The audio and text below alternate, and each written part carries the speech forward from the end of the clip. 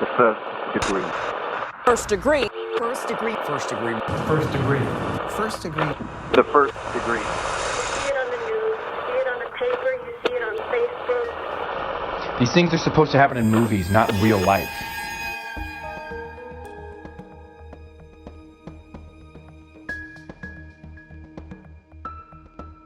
I don't think it was quite 2 weeks, and then it happened. They knew she was missing within 12 hours. The community, her family, they had billboards, they had shirts, they had buttons within 48 hours of her missing. They were not messing around. He was nice to me. I felt like he always kind of had a lot on his plate. He lost a brother to suicide when he was younger. So throughout the years, you hear the good and the bad. I feel like I was growing up very sheltered, and when I started working, my eyes got opened real big. You meet all sorts of people, and then you meet a murderer. Welcome to the First Degree, the true crime podcast that you might end up on. My name is Jac I'm here with Alexis Linkletter. I just got back from the dentist, and you know what? Why are we still doing fluoride? It brought me back to when I was 10 years old, and they're like, you have to wait 30 minutes to an hour. And I'm like, I want to throw up. Wait, they made you slush with fluoride and said, wait 30 minutes or an hour to eat. That same bad but fluoride's in everything. Why are we doing this? I don't know. I don't know if I got and of course it's not covered by insurance. Did I just get scammed? I'm unsure, but yeah. I did it because I was like, prevent cavities. Yay. But that's how I'm at. What's up with you? I'm chilling. I'm straight chilling. I'm at her office right now. I know. I'm sad I'm not there. It's feeling good. I just had it cleaned. Ooh. Yeah. Look I mean, at it gets dusty. It's old Hollywood, you got to keep a little dusting up. I know. Our nice little goth office. Love it. Do you want to know what day it is today? Please tell me. The days are bleak. It is Boy Scouts Day, Laugh and Get Rich Day, which I'm into. Very into that. We're trying to do that every day. National Kite Flying Day, National Molasses Bar Day, and Propose Day. So if anybody gets proposed to today by their boyfriend or their girlfriend or their partner, they saw the day. And today is the day they're going to do it. Totally. I love it. Well, no good food days, so that's a bummer. But I think that is enough of that. So let's turn down the lights. And turn up your anxiety. Because this could be you.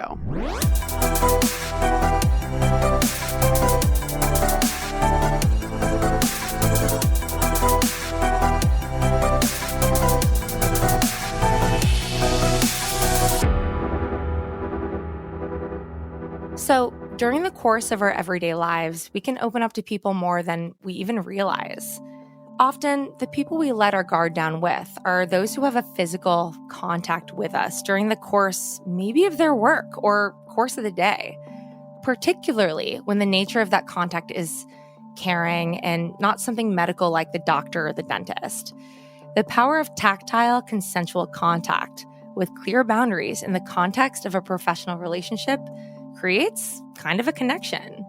So for people providing that touch as part of their job, like a hairstylist or a massage therapist, they know clients place a huge amount of trust in them while being in a somewhat vulnerable position.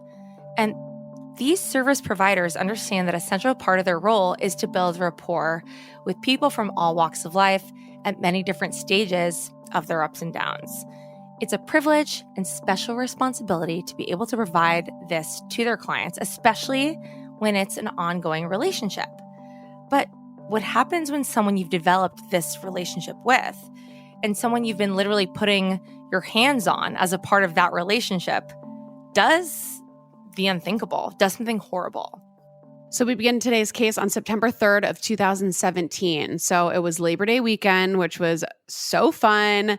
But unfortunately, natural disasters were dominating the news headlines in the U.S. So residents of Louisiana and Southeast Texas were cleaning up following catastrophic flooding after Hurricane Harvey made landfall. The Category 4 storm killed over 100 people and resulted in $125 billion worth of damage. The La Tuna fire, the largest in LA history in terms of acreage, had spread to more than 5,800 acres, with a state of emergency causing widespread evacuations. But the good things on the pop music charts, Despacito, which was such a banger, was Such the a number bop. one spot. Dude, that song fucking is still hits. It's so good. So good. And the second spot was Wild Thoughts by DJ Khaled featuring Rihanna and Bryson Tiller at number 2. And at the box office, the highest grossing film was The Hitman's Bodyguard, while the prequel Annabelle Creation continued horror fans' obsession with the Conjuring universe franchise. Right. And the setting for today's story is Wyoming, Michigan. Yeah, so we know there's a state called Wyoming, but there's also a city called Wyoming in Michigan. New wrinkle in the brain there. Situated in the west of Michigan in Kent County, the community of around 76,000 people is the second most populated community in the Grand Rapids metro area. And Wyoming is located just 5 miles south of central Grand Rapids. So it's more a built-up suburban area. So contrary to what you might expect, like we said, Wyoming's not named after the Midwest state, but after Wyoming County, New York, which is where many of the area's early settlers originated. And manufacturing, of course, plays a huge role in any economy. And this rings true for Wyoming's, right? So there's auto parts, there's industrial machinery, plastics, food processing, and electronics. All are things that go on in terms of major sectors of production in Wyoming. And our first degree for today's case is named Cassie. And something really interesting about Cassie is she was one of our first degree guests back in episode 208. So go back and check that one out if you haven't already, because I think it was one of our best episodes we've had in a long time. Absolutely. It was the episode about upskirting, which was a really fucked up sex crime, which is becoming more and more prevalent. And she did such an amazing job at being our first degree for that story too. But in context of today's story, Cassie grew up in the Grand Rapids area, which we know Wyoming is a part of. Right. And after finishing high school, Cassie went on to train as a hairstylist. And she got a job at the most popular barber shop in town, a place where everyone went to get their haircut. And it was one of those places where generations of families went not just to get their haircut, but to kind of connect as a community social hub. I worked in a well-known barbershop. The people that go there, they've been going there since they've been in high school. Their kids come. Guys would sit down and they'd be talking to the guy in the next chair because they went to high school together or something like that. I was really, really proud because everybody knew what barbershop I was talking about. They knew the owner. Somebody knew somebody, or their grandpa went there back when the haircuts were like $8.50. The barber was in a local mall, and it was kind of the cool place to go to. And Cassie saw most of the men in town walk through the doors, and she pretty much knew everybody that came in. It's in a mall that was popular way back in the day, and it is no longer. And the barbershop is always popping. But the rest of the mall is damn near dead. So we all know the stereotype that hairstylists can kind of become our pseudo-therapists. And I don't know about you, Jac, but I certainly, this resonates with me. Oh my God. I feel like people who have done my hair or done my lashes or my facialists, anyone who I'm literally bearing all to, in a physical aspect, you tell them everything because you're trying to fill the empty silence. And, you see them every 3 or 4 months. So it's kind of this thing where they want updates. Yeah, you're always giving a life update. I remember my last hairstylist that I had, I would be like, okay, when did we leave off? And I had been going to her when I was dating and I was single. So there was always something new to talk about. But yeah, you have that really personal connection with your hairstyle. If they're a good hairstylist, which they should be, because they're kind of like your free therapist. Totally. And they're people, but I think what we all forget is that we have one of them. We have one hairstylist, but they've got many clients, right? Yeah. So you never really know how much they're invested in what's going on with you. But even the most private of people find themselves opening up to their hairstylist, sharing their most personal secrets. So according to The Guardian, this is crazy, hairstylists are one of the most trusted professions. And when you think about it, it's not that weird, whether you're getting a trim or a cutthroat shave at the barber, an old school one where they're putting knife a to the neck. knife to your neck, right? You're trusting these people. And it's kind of a strange situation. We're trusting strangers to hold sharp objects near our necks and not hurt us. But the environment and dynamic is also not as confrontational as a therapist's office. So you're not actually being pressed to share, but you ultimately do because you're in this vulnerable position. So you're not like looking straight at each other like you would be at a therapist. It's not like somebody laying on one of those couches, like a fainting couch, while the therapist is deconstructing you. You're sort of looking away, and it's not really the hairstylist's job to give you advice or challenge you about what you reveal, but you do. And so the environment itself is very non-threatening. So if you feel like sharing details of your life, like it's a really good spot to do so. And you can't really be a great hairstylist without being a skilled, active, and empathetic listener and a conversationalist. Like your clients have to want to talk to you too, or else it's literally like could not be the worst few hours of your life. It's like you need to make them want to be in your presence, you know? And after all, you can't meet a client's expectations if you don't listen or communicate effectively and fundamentally understand people on an emotional level. You just have to be, like we said, like a people person. And to add on what you said, it's like no one likes an awkward silence. So No. if I'm going to share my deepest, darkest shit with you without, any permission to do so, you better respond okay. Like if there's an awkward silence after I share an awkward moment with you, like that, I'm never coming back. I'm not coming back. That's right. So if you're wondering why you suddenly feel compelled to talk once you're in that chair, I mean, I think everyone, men, women, they, them, it doesn't matter. We've all been in like a hairstylist chair. We've all needed a trim, right? Why do you feel so compelled to talk once you're in that chair? So there's actually an answer to this. Part of that reason has to do with the physically intimate and nurturing nature of hairstyling and the salon environment itself. So when people, especially people socialized as women, are having their hair done, or any other personal service done for that matter, we actually release a hormone called oxytocin. I'm sure a lot of you know about it. It's released in other contexts as well, but it's released by our endocrine systems. And oxytocin is the bonding hormone released when new mothers give birth. And being touched consensually by someone else in a caring way releases this oxytocin and reduces our cortisol levels, therefore minimizing our stress, along with lowering blood pressure and our heart rate while enhancing our sense of well-being. It's a good hormone. Right. So, but unbeknownst to us, if someone is touching your hair in a therapeutic way, this kind of has the added benefits thanks to highly sensitive nerve endings at the base of the hair follicles, which trigger the release of endorphins. And if you're a fan of a good head massage or a good wash, here's the thing. I don't think Jac and I share this bond. We hate getting our nails done. Oh, yeah. But I don't hate getting my hair done. I will admit, there's nothing like getting shampooed, right? Like, as awkward as it is, the goodness of how it feels overpowers that for me. Right. A lot of people don't think about your relationship with your hairstylist, like how deep it is. When I was in hair school, we did a whole series about relationships because everything is connected. So we also learned about human interaction. When you get your hair cut, chemically you are getting a bond, but people don't realize it because haircutting is a very intimate situation. We are in close proximity. I am shampooing you. So if I ask you how your day is, you're more inclined to tell me than you normally would.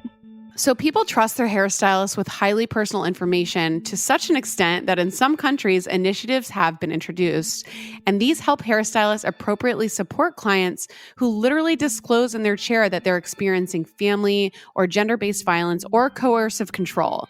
And of course, a client may not even have to say a word if they're experiencing family violence. Sometimes bruises and injuries to the scalp and head can say it all to the hairstylist. Right. And all of this is interesting to know and worth noting because we're circling back to Cassie now and her job and one client she had in particular. So we're going to focus on Andrew Hudson. So Cassie first met Andrew around 2012, and he eventually became one of Cassie's long-term regulars. So over the next 5 years, she cut his hair every 3 weeks. That's more than most people see their families, more than most people see their friends. In COVID times, more than most people see their coworkers, right? Once every 3 weeks, she's seeing him in a prolonged manner in a vulnerable situation, right? And oftentimes, Andrew would bring his girlfriend, Anna, along with him to his hair appointment. They also had 3 kids, and they would come too. So Cassie cut Andrew's hair while our coworker cut the hair of one of Andrew's sons. We're looking at a picture of Andrew. I mean, he looks like just Joe whoever to me. Yeah, every other white guy with brown hair. Receding hairline. Yeah, he's just Joe whatevs. Not bad looking, not horrible looking, not good looking. He's whatever. If he had a good personality, like maybe I'd be his, I don't know. They would come in on Wednesdays, and it would be like every 3 to 4 weeks. And they would come in towards the end of the night. We closed at 8. They'd come at like 7. And me and my coworker loved it when they came because we knew we were going to get like a good tip, and we were going to go to the bar afterwards so we could have like mozzarella sticks, a shot, and a beer, you know? So as Cassie got to know Andrew better, she regularly saw more of Anna and their kids at the shop. And from what Cassie knew, Anna was a great mom and she didn't take crap from anybody. And of course, being in the hair business, one of the first things that Cassie noticed about Anna's appearance was her incredible, naturally long, dark hair. I'm jealous. Have you seen her hair? It is long and it is beautiful. She just wore it in a low pony. She seemed like the person that like, do no harm but take no shit kind of vibe. One Wednesday, my coworker was cutting his youngest son's hair, who was still in a booster seat. So I'm going to say maybe he was 4 years old. He said a joke that was inappropriate. And me and my coworker and Andrew just started busting out laughing. It was so left field. And she looked at her son and she's like, do we talk like that in public? Do we talk like that at all? And he's like, no, Mom. And then we all just like stopped laughing. She was very honest with her kids. Eventually, Andrew started to open up and told Cassie all about the ups and downs of his relationship. And it sounded far from a happy one. And when things weren't great, it wasn't something Andrew kept a secret. He even mentioned to Cassie at some point that things had gotten violent between the two of them. So they started dating when they were 14. This is what Andrew told me. And they were on again, off again. So sometimes they were together, sometimes they weren't. I knew she worked at a factory. I don't know which one. And he had a couple jobs. I remember he used to build concert stages, but he had probably a couple jobs. So when they weren't together, he would come in on like a Saturday with his kids. So you knew when they were together, it would be a Wednesday. He always seemed kind of irritated. He was nice to me. I felt like he always kind of had a lot on his plate. He told me about his domestic charge against Anna. He lost a brother to suicide when he was younger. If his truck broke, I heard about that. So throughout the years, you hear the good and the bad. Cassie and Andrew eventually became friends on Facebook, and their friendship was now kind of a friendship that they could joke around with each other. I thought he was funny. I used to actually mock him because his Facebook kind of reminded me of like a young teenage girl. There's quotes, and they have inspirational quotes, and there's something in the background.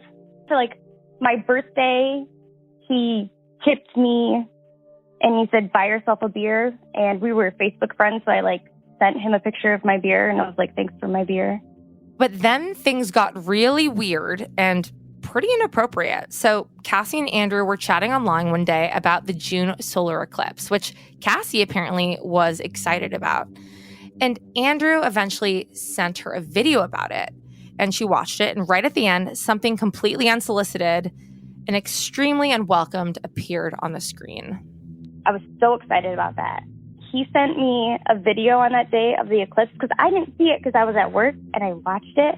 And then it was the eclipse and then it was a penis on the screen. And I said, ew. And he said, I know you liked it. And I said, I like you less. I was pretty grossed out by that. Dude, why are men? Why do men have to send dick pics? We don't want them. We don't want them. Never once have I asked, unless it's a consensual received dick pic. But I also haven't asked even men I'm madly in love with. I don't want it. I don't really want it. I don't think that any woman in the history or any person that has received an unsolicited dick pic saw that dick pic and was like, yes, I'm into him now. Exactly what I was hoping for. Yeah. No, they're like, if I was crushing a little bit, it's over now. Yeah. And by the way, in some jurisdictions, sending an unsolicited dick pic is illegal, so you know. Big risk to do it. Stop doing it. We don't want it. So anyway, back to early September of 2017. this is when our first degree Cassie heard something kind of unexpected, something that blew her away. It turns out Ana Carrillo, the same Ana as Cassie's client Andrew's girlfriend, on and off, ex-girlfriend, whatever, she was missing. It was all over the news. Ana was so well loved. They knew she was missing within 12 hours. The roommate was like, it's 3:00 in the afternoon and she's not back. That's not right. And then Andrew was like calling people and like knocking on people's doors, asking where Ana was because she never picked up the children. What was behind Ana's disappearance? She hadn't taken the kids, so where did she go? To answer these questions, you know the drill. We got to go back. Like Cassie said, Ana Marie Carrillo worked in a factory in Wyoming, sometimes up to 60 hours a week to provide for her kids, who were aged between 16 and 8 years old. And Ana came from a big blended family herself. She was the oldest of 4 kids, born around 1982 to her parents, John and Bertie. And the couple eventually split. Bertie repartnered, and Ana gained 2 step-siblings as a result of that repartnering. And Ana was super family-oriented, and you can tell from looking at photos of her with her family that she loved spending quality time with them. They look like just down-to-earth people. She looks like she's a good time. She's like always laughing. She so looks sweet. Super fun. Like she's just literally always grinning, like no inhibitions with her smile. She looks happy. So Ana and Andrew had been dating since junior high. And around 2001, Ana gave birth to the couple's first child, with their third and youngest child completing the family in 2009. But things weren't always happy between the two. During the course of the relationship, Andrew was convicted twice for assaulting Ana. Right. And the first time was in 2004 when Ana's sister Melinda saw marks on Ana made by Andrew during an argument about one of the kids. Apparently, Andrew punched Ana several times in the head, causing her to fall to the ground. And the second conviction in 2014 arose out of an attack that occurred while Ana was pregnant with the couple's youngest child.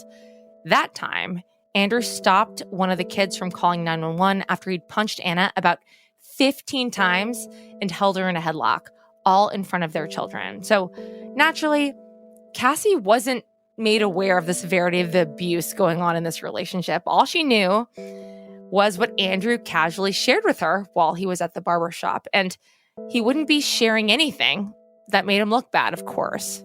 In December of 2017, Ana broke off the relationship due to Andrew's abusive and controlling behavior and moved in with her friend Connie. Ana and Andrew ended up co-parenting, but didn't reveal much about the abuse to her own family. But as we all know, the most dangerous time for a woman escaping family violence is immediately after she leaves. And Ana's situation was no exception. She moved out because she was done. Apparently the abuse was still going on, and her kids knew about it, but Ana told her kids, don't say anything to grandma. It's okay. It'll be all right. So her kids didn't say anything until she was missing. And that's when the family found out the abuse it wasn't just that one time.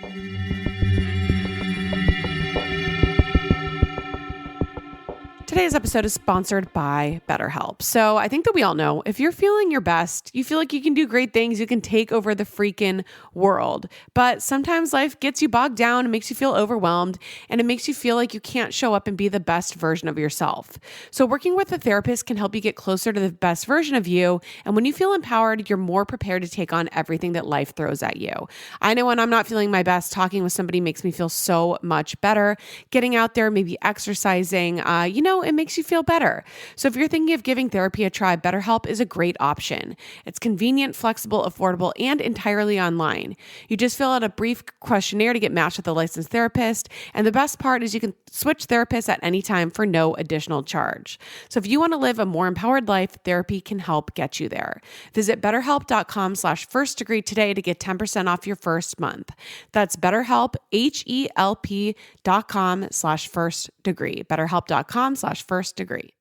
So mine and Jared's schedules have been absolutely freaking bonkers, but we're finally going to have some downtime at home, and I'm so excited to start Well, I'm so excited to have Jared start cooking because I can't cook. And we're doing that with Home Chef. I'll be a sous chef. So Home Chef makes your nightly routine so much easier and so much more exciting with a wide selection of delicious meals that arrive at your doorstep in the form of fresh, perfectly pre-proportioned ingredients and an easy to follow recipe card. And they have over 30 unique and flavorful chef curated meal options each week. And Home Chef ensures your taste buds will literally never get bored. And if you're looking to master the art of cooking, you can check out their classic meal kit options, complete with chef-written step-by-step instructions. I'm going to have to follow those exactly because, like I said, I am a bad cook. And if you don't have time to cook, you can have hot, delicious meals on the table with a snap with their 15-minute recipes. So for a limited time only, go to homechef.com/first for 75% off your first box. That is a good deal. Again, go to homechef.com/first for 75% off.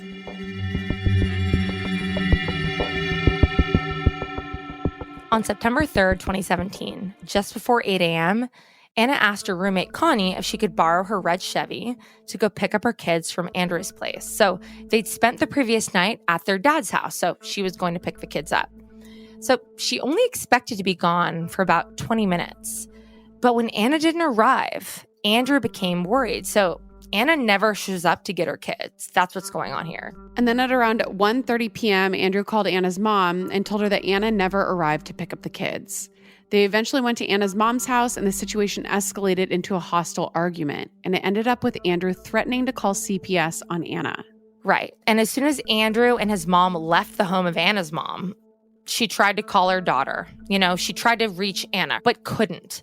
And this is alarming. No one can reach Ana at this point. No one knows where Ana is. It's so uncharacteristic of Ana to not pick up her own children, right? So Anna's mom is driving around looking for her. And Andrew is also making the rounds looking for Ana also. And Andrew at this point apparently goes to a friend of Anna's to see if she could be there, and then called Anna's sister Melinda also. Everyone's shocked to hear that she's missing. No one knows what to think. One of the friends was like, yeah, he came over and he seemed really worried. Like he was shaken, he was nervous. He's concerned. Anna's mom was worried sick. She didn't know why anybody would want to harm Ana. She was a great mom, sister, friend, and devoted daughter who would never just take off and leave her kids. And by 3 p.m., Ana hadn't returned home, and her roommate Connie was worried also. Like, this is so uncharacteristic from every angle. And Ana wasn't responding to any of Connie's text messages, so around 9 p.m., Connie reported Ana missing. And the same evening, police located the car that Ana had been driving. And remember, this is Connie's car, the car that she lent to Ana to go pick up her kids. And the unlocked red 2013 four-door Chevy Impala was abandoned in the parking lot of the St. John Vianney Church, with the keys still in the ignition. But the vehicle's location did raise some questions because it was only a few blocks away from Andrew's home. Police questioned Andrew to see if he knew anything about the Chevy being so close by, but he didn't.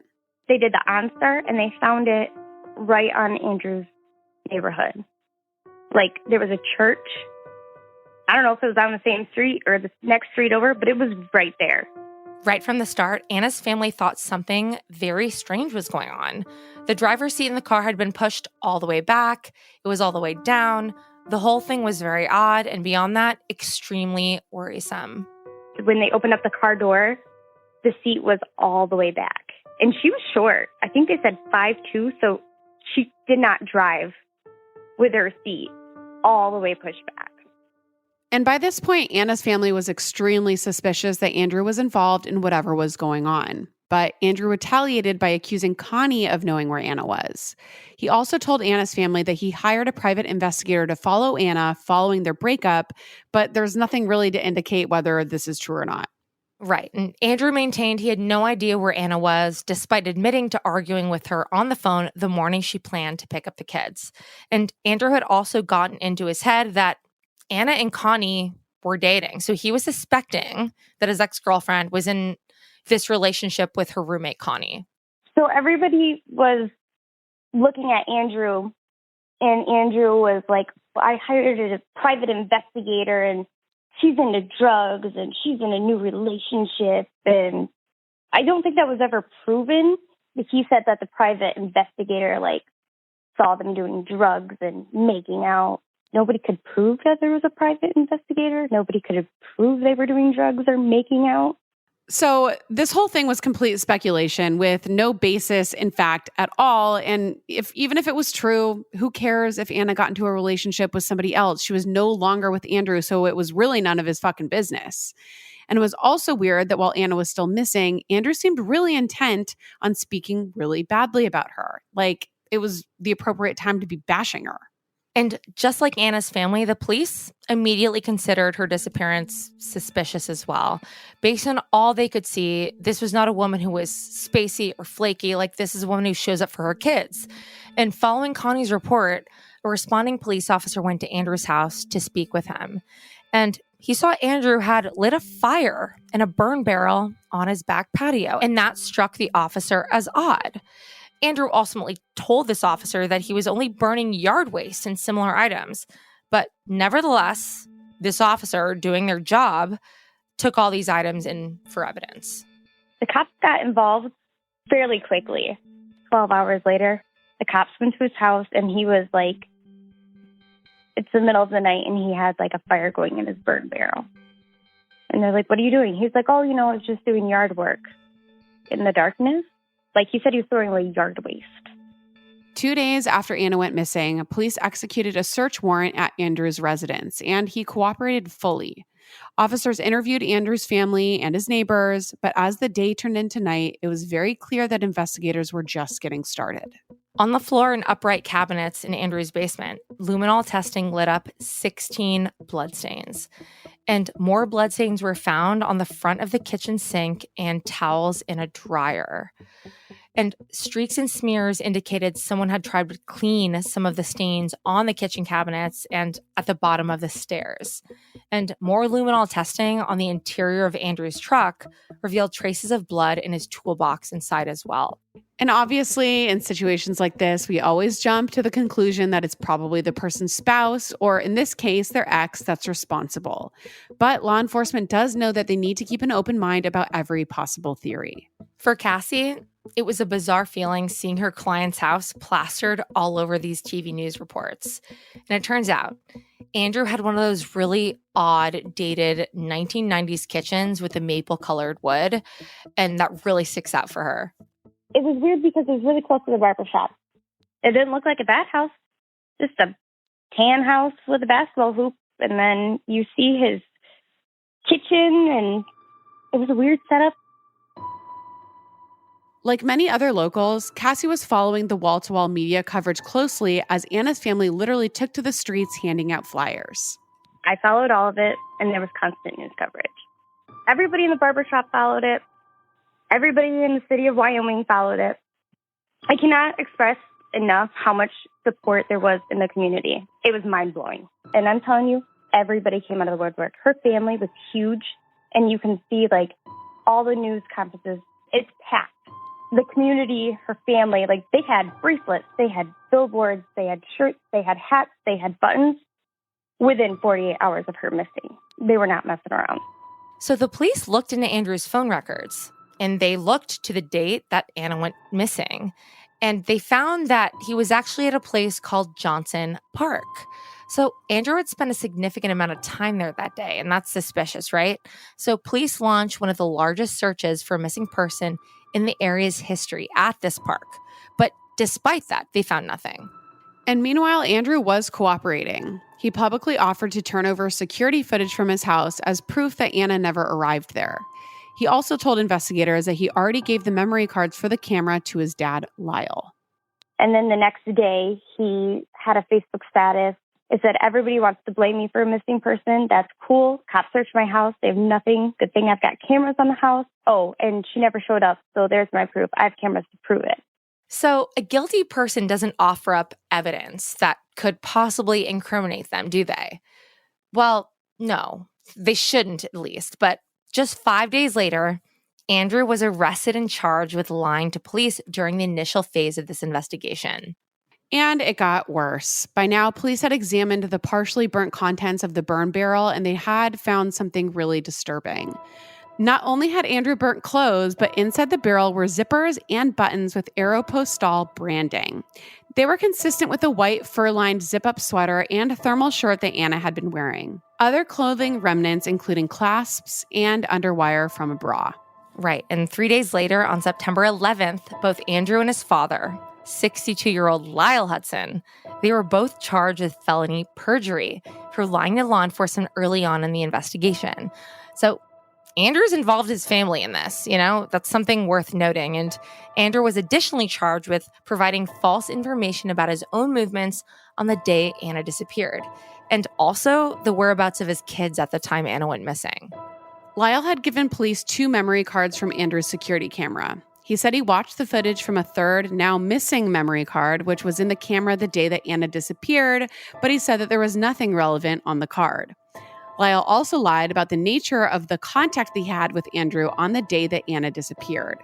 So Lyle waived an opportunity at a plea deal, which would require him to cooperate with the investigation into his son. Both men pleaded not guilty, but if convicted, they were each facing a potential life sentence. And Lyle was eventually released on $50,000 bond, but Andrew remained in custody on $200,000 bond. Police now announced they suspected foul play in Ana's disappearance. This is a big deal, and they're also publicly naming Andrew as a suspect. Then just over a month later, on October 12th, Andrew was charged with Ana's murder and tampering with evidence. Even though police still didn't have a body, the thought that Andrew was involved made Cassie's blood run cold. I grew up in a small town, and when I started working at this barbershop, my eyes got opened real big. Like, you meet all sorts of people. Like, I met a professional tree climber. I didn't know that was a job. I met a guy who worked on helicopters. And then you meet a murderer. I felt very creeped out because we offer a shampoo with every service.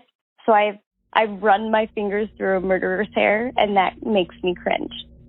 The very next day, there was another development.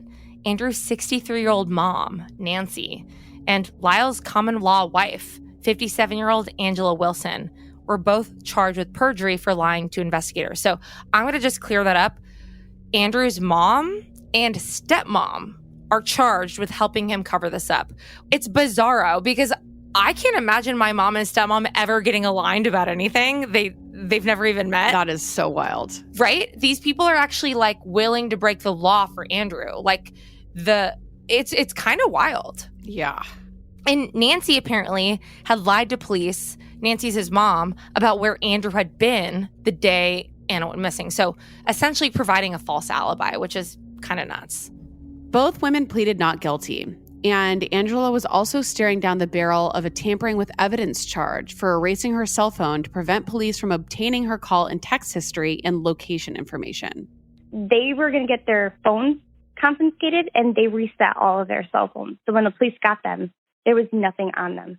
No phone numbers, no photos. It was a blank iPhone. So many people, including Cassie, formed this view that because Andrew was too gutless to do his dirty work on his own, he chose to involve members of his family. They think that they helped with hiding, not the actual attack, but covering what he did.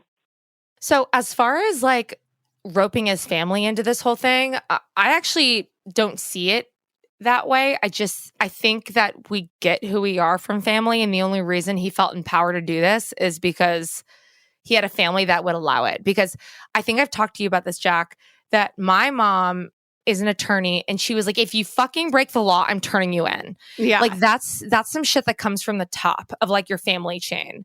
If this person feels empowered to do this and they know that the family will cover for him, he's going to do it. No, for sure. It is just so crazy with the mom and the stepmom. Like that's, we talk about this so many times in episodes where it's like, how can two crazy people find each other? Like how can two people that are so capable of doing something so terrible find each other? And this is almost as bad. It's like, how can this person have a family that will do so many illegal things to cover up the fact that he fucking murdered somebody? Like, it is so wild. Yeah, the mother of his children, and that they would get on board with that, given that they're the grandparents of these children. You know, it's crazy. And again, it's like, do you think all you people are going to get away with this shit? Like, are you serious? You never do. You never do. And now you just are throwing yourself in jail too. Totally.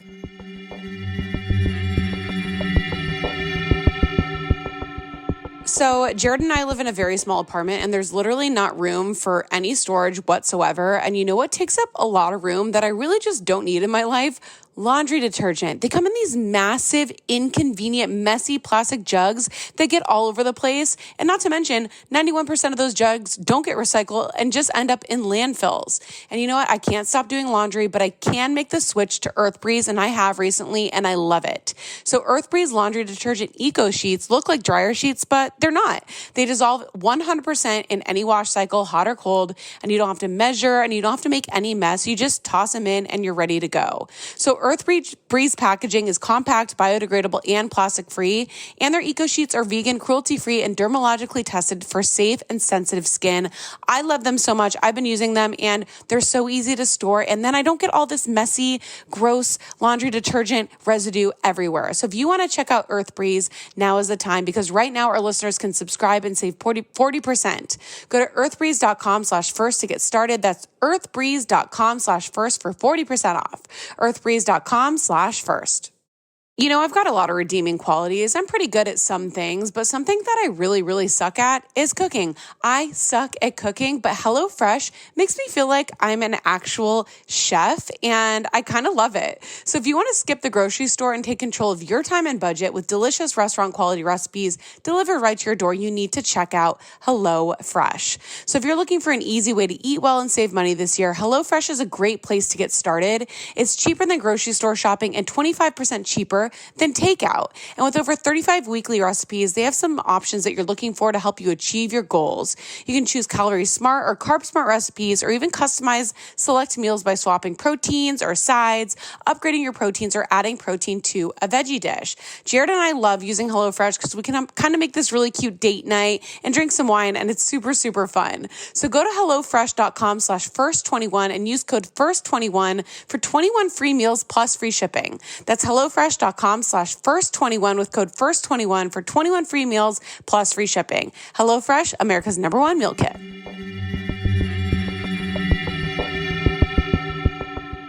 At Andrew Hudson's preliminary hearing on November 8th for the murder of his ex, Ana Carrillo, Anna's family turned out in force. According to WOOD-TV, a few days before Ana went missing, she got into an argument with Andrew at his place. So during the incident, her phone went missing, so she had to borrow another phone in the days after. Anna's roommate, Connie, told the court that before Ana left to drive to Andrew's, that Connie heard them yelling and arguing on the phone. And this was right before she went to go get the kids, quote unquote, and she would ultimately disappear. The court heard that when Andrew asked Ana to come pick up the kids, the children were actually at his mom's place. But it's not clear when Andrew dropped them off or whether he still had them when he texted Ana the night before. And the stunning revelations about this case were going to come and keep coming, right? So apparently Andrew's brother Jamie and Jamie's wife Jessica testified against the accused man, which would be Andrew, telling the court that 4 days after Anna's disappearance, Jamie convened a family meeting at Andrew's place, saying, "I wanted answers for myself. I wanted to know whether my brother was guilty of this crime or not." So while Ana was missing, Andrew's family was suspecting that he was involved, and they were going to confront him about this. And that's what Jamie's talking about. So Jamie, Andrew's brother, when he told the court, when he asked Andrew if there was anything he needed to tell them about Anna's disappearance, his brother's response was to the effect of, "If they find the body, I'm fucked." And Jamie and his wife Jessica's explanation about why they didn't immediately go to the police with this information was because they didn't want to be in the middle of it. However, they both cooperated with investigators when they were later subpoenaed. And this whole time, Anna's family were still desperately hoping for news in the search of Ana, in the search for her body. They wanted to bury her, and they wanted to honor her. And even though they didn't know it, the same day Andrew's hearing started was the second day of yet another search for Anna's remains. In consultation with the defense and with Andrew assisting as part of a potential plea deal, officers searched the Johnson Park area near Veterans Memorial Drive and Maynard Ave in Millennium Park. Andrew said that Anna's body was by a boat dock in Johnson Park, but nothing of any significance was found. And then on the afternoon of November 9th, the day after Andrew's preliminary hearing began, Anna's body was found by officers. And after receiving updated information from Andrew, Anna's remains were found in a totally different location to where law enforcement had been searching in the previous 2 days. And her body was in a shallow grave and wrapped in plastic, which is awful. Awful. So the burial site was located in a wooded area along McGuire Avenue near 3 Mile Road, northeast of Grand Rapids. And this is right where Andrew's mother, Nancy, lived. But finally, Anna's desperate family could finally bring her home. I read that the kids were at his mom's house, and that is later where they found her body where she was buried. So I don't know if the kids were in his mother's house while he was burying their mother. I know that the family was very happy with the police work, and I know that's not always the case, but they were very happy with what the police did. The police returned their family member back, and that's all they wanted. Despite the grisly find, Andrew pleaded not guilty and waived the rest of his preliminary hearing. He was bound over to stand trial in Kent County Circuit Court and would be held without bail. It felt very eerie because the only time he showed emotion, like true emotion, I thought, was during that. His voice was above a whisper, and he just looked straight ahead, or he looks down. And when he talks, you can't really hear him. At the end, I like, Andrew, would you like to say anything? He said he was sorry for what he did. And then he was done. It was really sad because she had 3 children, and whenever there was cameras around, her mom was speaking. And she was like, how do you tell these children that their mom's gone? She's like, that's not fair. That's not fair to me. It's not fair to them. And then what are you supposed to say? Oh, your dad hurt your mom? That's not right. That's not okay. When the crime scene photos were made public, Cassie felt even more sickened for Anna's family. Before, when I was talking to Andrew, we were just talking about, I don't know, something to do with his house. And he told me he was obsessed with Michigan football. And he had the yellow M on his basement floor. And I remember watching, and I remember seeing like I knew that was his basement. The concrete floor with a yellow M, and it was like a blue floor. And the basement was unfinished, just old furniture down there. I think they had like a wash sink down there, which they found blood in. You see the M, but you see like aluminum everywhere. It was very sad. But you see his haphazard cleanup. When the case went to court, prosecutors alleged that Andrew set a trap for Anna, luring her to his house and then ambushing her. On the morning she disappeared, Andrew asked Anna to come pick up the kids from his place. After that, they had an argument on the phone. And Anna didn't know it, but the kids weren't even there. They were at Andrew's mom's, Nancy's, house. Andrew lured Anna into his basement and he stabbed her in the neck before heading to Johnson Park to scout for places to dump her body.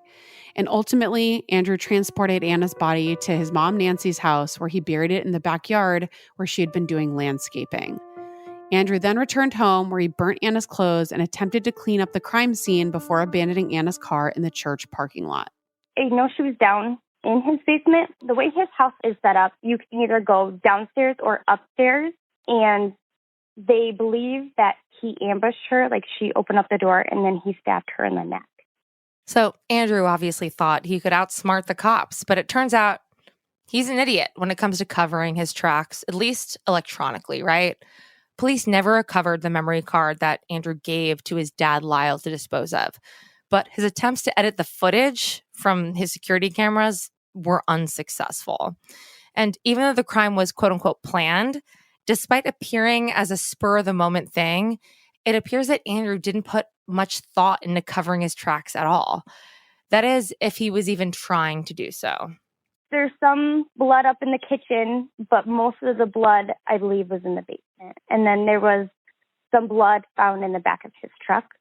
But he had one of those video cameras, and he edited it. So, like, time chunk was gone, so he thought he was in the clear. He's like, you can look at my video cameras. Not a big deal. She's not on there. Well, apparently he didn't know that, like, cops can tell if you edit, if you cut out time out of the camera. In early December of 2017, Andrew was given 2 weeks to decide whether he'd take a plea agreement of second-degree murder. On December 18th, Andrew pleaded guilty to the reduced charge in tampering with evidence on the condition that all charges were dropped against his parents and his stepmom. Anna's family was satisfied with the plea deal because it meant that they could finally bring her home. Outside the court, Anna's mom told the Michigan Live, "You don't take people away from their family. Who does that? He can rot in hell. That's all I've got to say." On January 18th, 2018, 39-year-old Andrew was sentenced to concurrent terms of 40 to 100 years in prison. He'll be eligible for parole when he's 79 years old. And custody of Anna's kids went to her sister Melinda. And of course, all three of them are now without either of their parents, which is horrible. Heartbreaking. It's horrible. It's horrible. It's horrible. And Andrew will at least get to see them grow up from a distance, but Anna never will. Last time I cut Andrew's hair, we talked about his oldest son. His oldest son was kind of going through a little rebellious stage. And then I guess he was at his mom's funeral and he told his mom that he was going to turn his life around. He was going to go back to school. He was going to be a good brother. Cassie has her own theory on why Andrew took the brutal step of killing Anna. So Anna moved out, and I think he was just aggravated. I think he was just done or mad at her for maybe like actually moving out, or because I know they were on and off again, but I don't know how long she ever like stayed away. I think he was just mad that she finally moved on. I don't think he's a good man. You just don't know people like you think you do. I feel like I knew a lot about Andrew. Seen him through the years, watched his children grow up. But at the same time, maybe it's because I knew about the domestic violence. So I can't say like I was mind blown when I found out like he did kill her. So I don't know if that altered my decision on how I felt.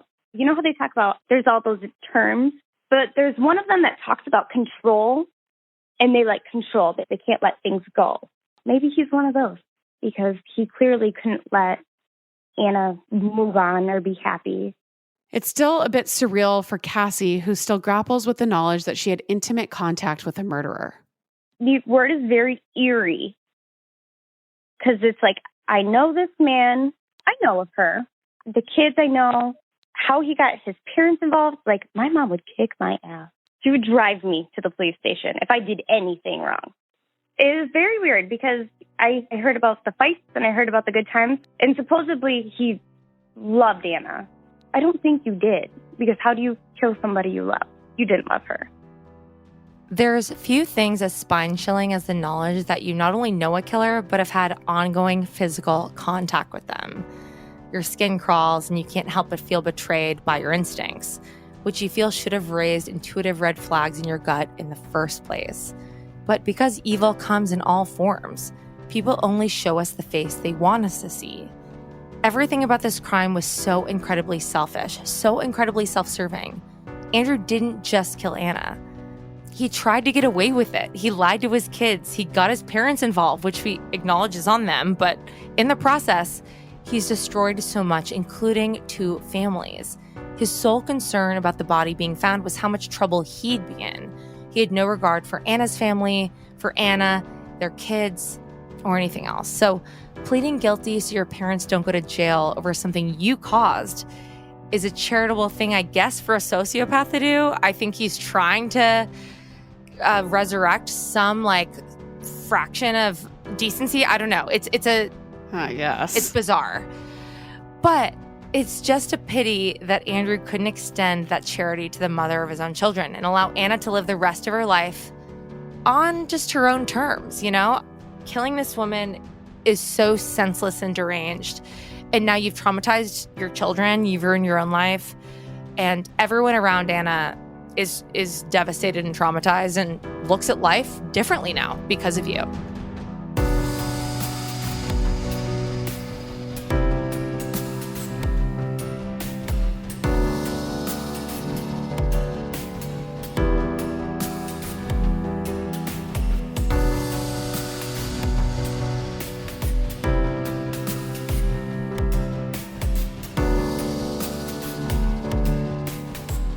Well, a huge thank you to Cassie for being our first degree guest again. If you are listening and you have a story to tell, please email us hello@thefirstdegreepodcast.com. Follow us on Instagram. Join our Facebook group. We're talking true crime all the time. Join our Patreon for brand new bonus content every single week. And come back tomorrow because we'll have a brand new episode of Killing Time right in your feed. And remember, only you can prevent serial killers. And keep your friends close. But not that close.